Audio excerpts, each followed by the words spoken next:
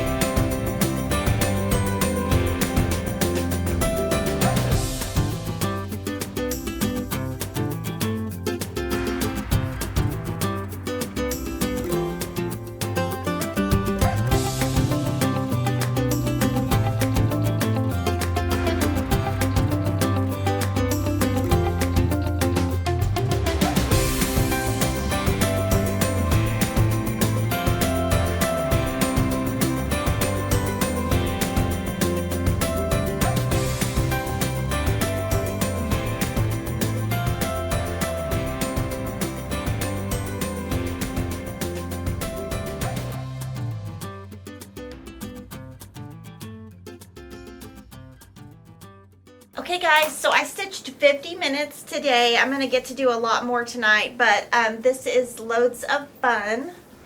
So I changed a little bit here. It had 2 tones. I just left it 1 tone. I added an extra stitch at the edge of the L. And I got to get going.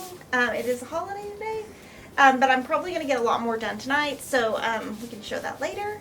Thanks for stitching with me, and I will see you tomorrow.